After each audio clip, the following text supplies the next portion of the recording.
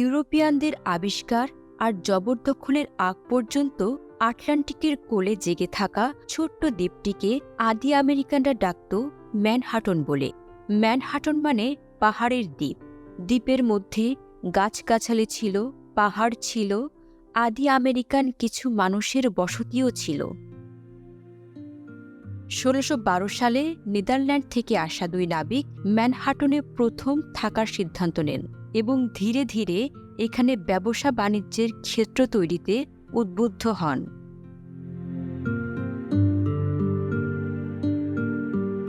৪০০ বছরের ব্যবধানে ম্যানহাটন আজ বিশ্বের ব্যস্ততম ব্যবসা বাণিজ্য আর কূটনীতির পীঠস্থান হিসেবে চিহ্নিত। নিউ ইয়র্কের আকাশরেখা বরাবর উঁকি মারা সুউচ্চ দালানের সম্মিলিত চেহারা পৃথিবীর তৃতীয় কোনো শহরে নেই। মধ্য ও নিম্ন ম্যানহাটন আর ব্রুকলিন ডাউনটাউন বরাবর দাঁড়ানো এই সকল গগনচুম্বী অট্টালিকাসমূহের সমন্বয়ে তৈরি হয়েছে বিশ্বের দ্বিতীয় বৃহত্তম সুউচ্চ ভবনের সমাহার। মিশ্র সংস্কৃতির এই মহানগরটি স্থাপত্যকলার মধ্যেও বহু জাতিকতার প্রত্যক্ষ ছাপ চোখে পড়ে। নিউ ইয়র্কে ফরাসি স্থাপত্য রীতির কায়দায় বানানো কিংস কান্ট্রি সেভিং বাংক ভবনটি যেমন রয়েছে, তেমনি রয়েছে গথিক কায়দায় উলওয়ার্থ বিল্ডিং, আর্ট ডেকো রীতির এম্পায়ার স্টেট বিল্ডিং বা ক্রিসলার বিল্ডিং,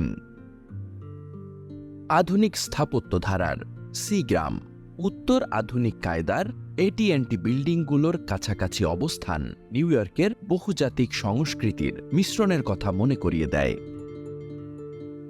এই জায়গাটি থেকে ম্যানহাটনের যোগল টাওয়ারগুলো আমরা দেখেছিলাম, টুইন টাওয়ার। একসময় নিউ ইয়র্কের স্কাইলাইনকে শোভামণ্ডিত করে রেখেছিল। এর কয়েক মাস পরেই এই টুইন টাওয়ারটি ধ্বংস হয়ে যায়। এই জায়গাটি আর তখন সেভাবে থাকে নাই। সেদিন এই পেন স্টেশন দিয়ে আসার সময় টুইন টাওয়ারের লবিটার ছবি তুলে রেখেছিলাম। কথা ছিল পরে একদিন টাওয়ারের উপরে উঠে নিউ ইয়র্ককে দেখব। সেখানেও আমার পরবর্তীতে আর যাওয়া হয়নি। ওই টুইন টাওয়ারে কখনোই আর যাওয়া যাবে না। ১১ই সেপ্টেম্বরের ট্র্যাজেডির ঘটনায় নিউ ইয়র্ক হারিয়েছে তাদের গৌরবময় টুইন টাওয়ার। কিন্তু তাই বলে কি নিউ ইয়র্ক বসে থাকবে? সেই টুইন টাওয়ারের জায়গায় এখন নির্মিত হয়েছে ফ্রিডম টাওয়ার। এই ভবনের নকশা করার প্রতিযোগিতায় প্রথম হয়েছিলেন পোলিশ আমেরিকান স্থপতি লিবস্কিন্ড। লিবস্কিন্ড এই ডিজাইন প্রতিযোগিতায় জয়ী হওয়ার পর নিউ ইয়র্কের মেয়রকে নিয়ে এই উপকূল বরাবর ঘুরে দেখেছেন টুইন টাওয়ারহীন ম্যানহাটনকে। তার নকশায় তৈরি হওয়া ফ্রিডম টাওয়ারের কাজ শেষ হয় ২০০৯ সালে। এই সকল গগনচুম্বী অট্টালিকাসমূহের সমন্বয়ে তৈরি হয়েছে বিশ্বের দ্বিতীয় বৃহত্তম সুউচ্চ ভবনের সমাহার।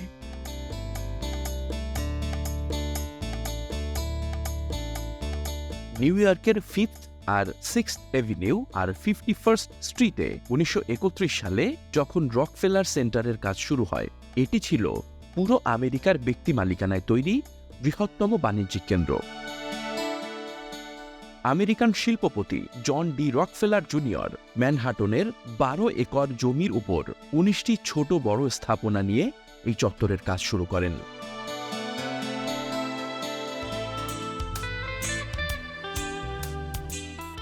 রকফেলার সেন্টারে ১৯৩৯ সালে শেষ হয় ৭১ তলা বিশিষ্ট আর্ট ডেকো রীতির জেনারেল ইলেকট্রিক বিল্ডিংয়ের নির্মাণ কাজ।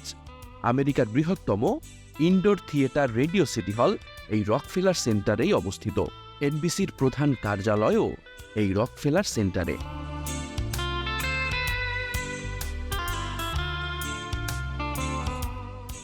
রকফেলার সেন্টারটি মূলত বিখ্যাত এই জন্যে যে এই কমপ্লেক্সটিতে ভেতরের ব্যবহারযোগ্যতার সাথে বাইরের পরিবেশের খুব ভালো সমন্বয় করা হয়েছে। মূল ভবনের বাইরে খোলা চত্বর, পল ম্যানশিপের বানানো প্রমিথিউসের মূর্তিটি রকফেলার সেন্টারের বাইরের স্থাপনাসমূহের মধ্যে সবচেয়ে বেশি আকর্ষণীয়।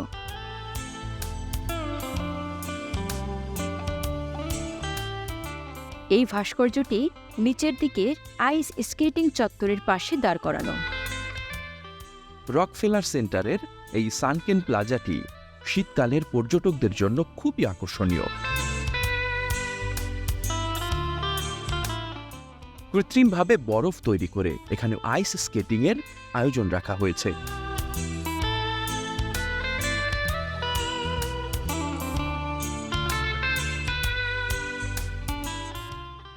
রকফেলার সেন্টারের বাইরের চত্বরে শোভা পায় একটি ক্রিসমাস ট্রি। এটি আমেরিকার সবচেয়ে বড় আর সবচেয়ে উজ্জ্বল ক্রিসমাস বৃক্ষ। মূলত 1931 সালে এই সেন্টারের নির্মাণ শ্রমিকেরা এই গাছটি এখানে লাগিয়েছিলেন।